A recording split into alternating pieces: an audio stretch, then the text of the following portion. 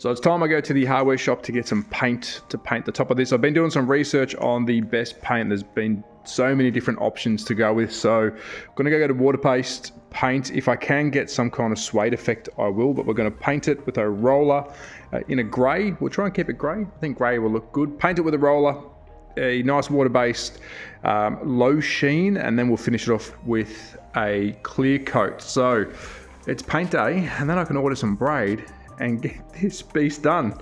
So let's go to the hardware shop. Let's go.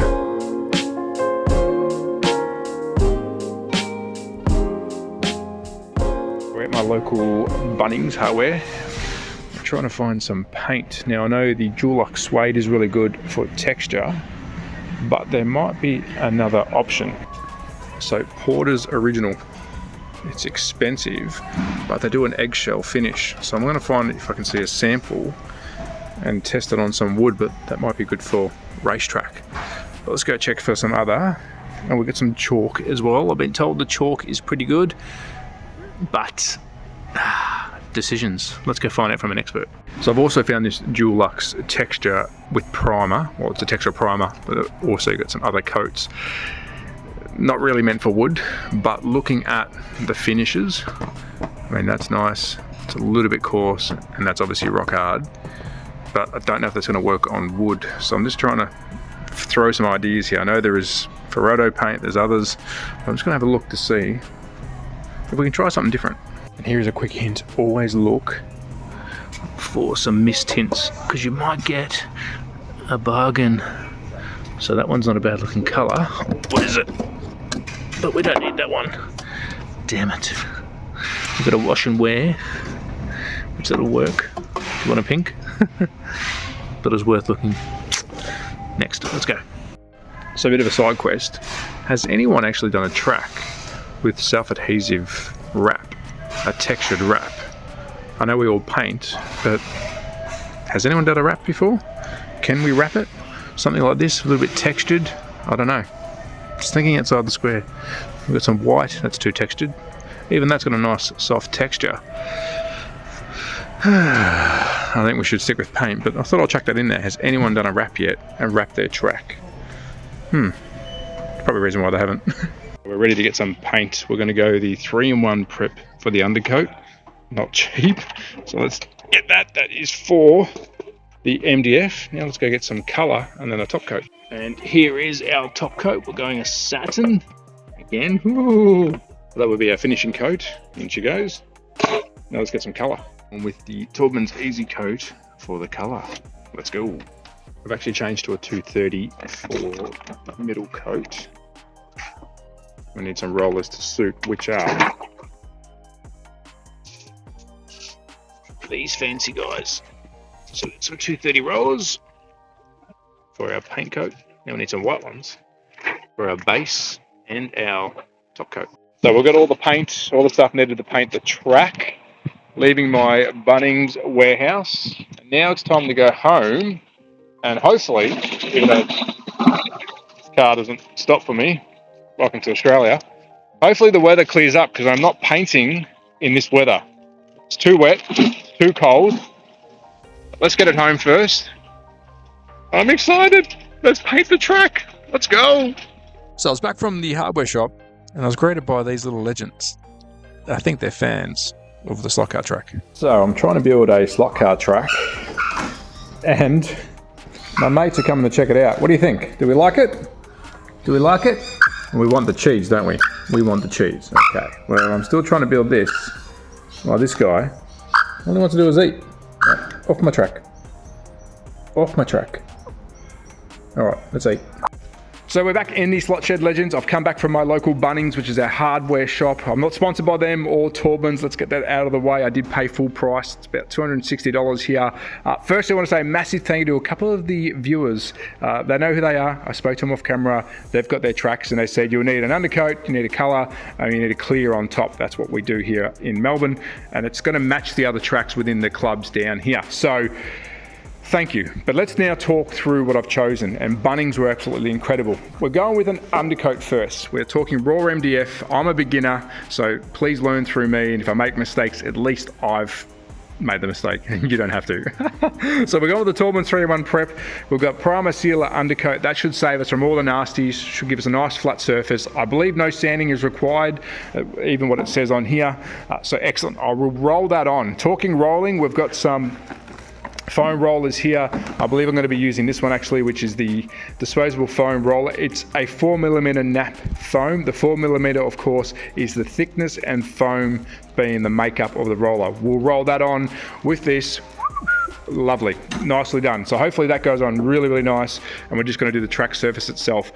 I do need to choose a really nice day for this. Can't be too cold, can't be too hot. I've got the heater going. It is cold outside, but I think we can manage the temp in here. In our terms, between 10 and 30 degrees is where you can kind of paint this with not too much humidity. So I think we'll be fine. That'll be the first day of painting. Once that's dried off beautifully, we move on to a color, and I've kept it in the same range. That's just my thing. Maybe it's OCD, but I want to make sure the brand works together nicely.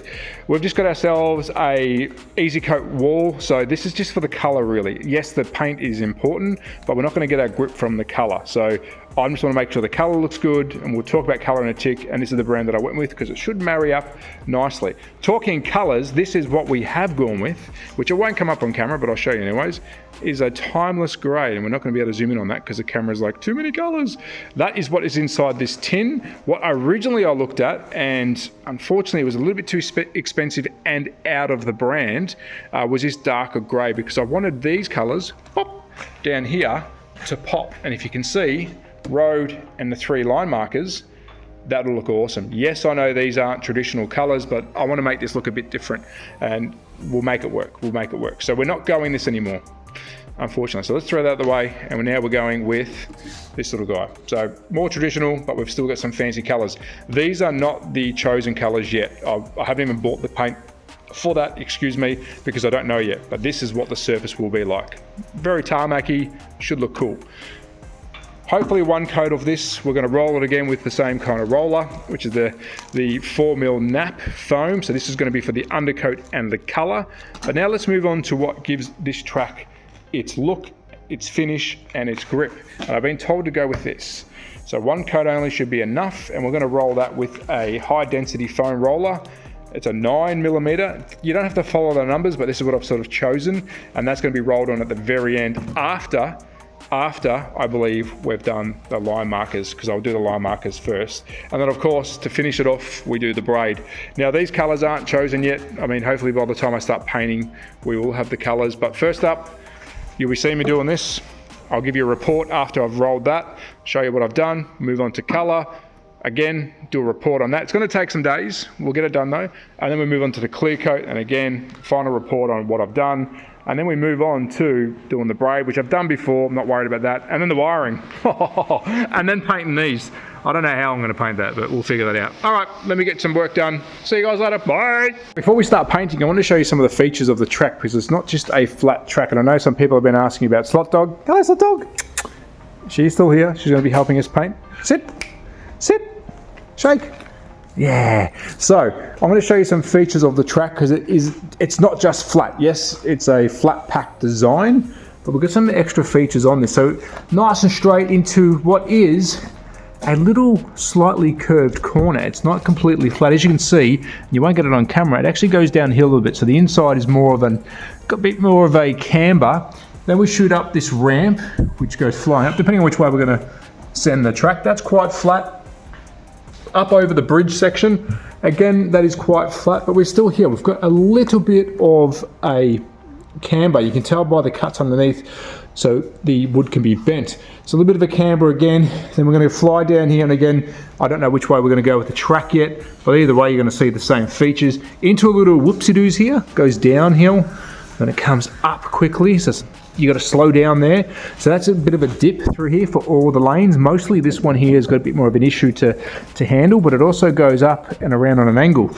Really cool design. Keep going around. Again, not completely flat, a little bit of a camber. And then we go flying down or up this hill, and you can see at the very end, nice little dip, really well done. But let's go check out that last corner before we start painting. And this is the quality of what you're getting. As you can see, we're not completely flat. We do camber in the center, and it sort of flows out. So there we go. I'm very happy. Straight down the straight. It's not your complete straight, so you got a bit of a dip in the center, and that's it. What do you reckon, Slot Dog? We like it? Yeah, we like it. Now, let's paint. So we need to film this momentous occasion. Let's get some of this on our roller. Nice, and oh, I'm so nervous. Just make sure it's nice and flat. And let's go up to the track. Let's start over here. And let's do our first roll. Here we go. 3, 2, 1. Oh dear. Let's paint. So I made sure the shed was warm, I had the heater running, and I really took my time when I was rolling this down. It took about 40 minutes. I rolled majority of the undercoat off the brush or the roller so I can put down an even surface. Just making sure I wasn't leaving any lines from the roller itself, because once you get to the corners and turn the corner, it does want to leave like a speed hump. So I was taking a lot of care with this. I was very nervous, but we got it done. So the undercoat is finished. It is now time for paint. Let's lay down some color.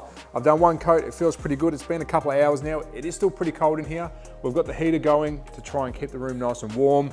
But it's time we get stuck into some color. So let's give it a mix. Let's pour it into its new roller, brand new paint tray. And let's start laying some color. So I've allowed the undercoat to dry for approximately 4 to 5 hours. I touched it to make sure it wasn't wet or tacky. And again, I was laying down a nice light surface of the top coat color, using the same style brush, rolling as much paint off the foam roller that I could, and then taking care around the corners so I don't leave any of those speed humps. Again, we got it done. And next up was the clear coat. I decided to do this before I painted the lines, because once the clear has set, it's a lot easier to rub the paint off. I used a smaller foam roller here, taking time again, taking as much product off the roller as I could. This is quite nervous. I've done 2 coats of this. I only filmed 1, but we did do 2 coats. But again, we got it done. And to finish off the track surface, I painted individually all the coloured lines by using a squirty bottle, squirting the paint into the slot itself, and then taking my time painting. If you want to see this process, there's about 4 lives on the channel of me doing this live and talking all things slot cars and everything else, but it was fun. There's other ways to do it, but this is the way I chose to do it, and if I did it again, I'll do it the same way. Just like that, the surface is done. I am pumped. I think I like it. I love the color of the track. I love the laying colors, but I want to talk you through what I've done, because it has been snippets of a bit of everything, and I really want to let you know exactly how I've done this, because I'm learning along the way. If you haven't seen my lives prior to this video, I have been doing all the paint work on live. So yes, it's pretty much the same thing over and over again, but you get to see the process from someone who's learning. So let me talk you through it. We've got 1 coat of prep. So the MDF had a sealant, had an undercoat, so the wood is ready to rock and roll, to put some paint and some clear on top. Painting straight onto the raw timber, which you can see here, wouldn't be a problem if you got a really good paint, I guess, with a primer in it, but I've just followed the old school rule of prepping the wood first and then worrying about the paint and that later. So 1 coat of the prep undercoat, which I think was around about $60 or $70. I will try and put a total up for you. Second, we went with 2 coats of color, and I went with this lighter gray. Originally, it was a dark gray to make these colors pop, but I think it looks really good. It was very blue at the start. It's still a little bit blue, so 2 coats of that. What would I change if I did that next time? Well, on the second coat, once it's dried, I would have put some features around the corners, maybe some tire marks down the straight, just to give it character, because as you can see, it's pretty clinical. And I don't think we're going to get too much rubbering up in the way of blackening of the lines. I hope we do, but I wish I did some, I guess we'd call it detail. Last but not least, we had 2 coats of our clear coat, which now gives us our grip and our texture. And I have been racing on clear coat tracks, and it does really work well. So 1 coat undercoat, 2 coats color, 2 coats clear coat. I think the paint, brush and everything else, including these colors which we talked about in the tick, was around about $250, and I've got plenty left over. Now let's talk the lane colors. Why have I painted them? There's many ways to do it. You can get an ink pen that runs on the outside. You can put a bit of sticker around the outside. I just went with what I wanted to do, which was the paint. It was fun for me. I'm learning something. There is a lot of easier ways to do it, but I wanted to paint it. And let's just say I've got my hands into this track now, so I'm proud to say that these colors were put down by myself and watched by the viewers, which is really good. But let's look at the colors. We've got high C yellow for the inside lane, really cool. We've also got Lucky Charm, which we did change a green. This was the choice at the end. We did have a very yellow green, which I do admit that now. Side by side, these two colors would be very hard to see on camera. And finally, we've got the Fireside Orange, which makes it really pop. Why did I do these colors? Well, these represent Australia when we go to the Olympics and some of the big major sports, green and gold. And the orange, I think this really makes it pop. I do have some other ideas how to make this track pop in the future. You'll see why I've gone with some, I guess, retro-inspired colors, some neon colors, but it will make sense in the future. So for part 3, we've got a lot of work to do. The braid is coming today, I believe, or in the next couple of days. We'll be laying the braid, which I will talk about that in the braid video. I've already got a plan in place on how I'm going to do that. We've got to put up our driver's bays, which will be these. These will be painted, installed for your controller and your plug. Controller rests on top and you plug right in there. We'll be spacing them out along the front of the track. Whilst we're talking, this was the older green. As you can see, it's very yellow. Very, very yellow. So we got rid of that. Yuck. And I actually tried to match this color, so that's why it looks like that. And then we're going to get a custom gantry made for the timing system, TV. We've got lots of work to do. So part 2 is done and dusted. Cheers for watching. Go watch the lives because there's a lot of info on there. People are talking about a lot of cool stuff on there with me. Really, really good fun. So part 2, done and dusted. Now it's time to braid, controllers, and everything else. All right, I'm out of here. Take care. Bye. I'm a OP boy. Know that they ride or die. I keep boys by my seat. Know that they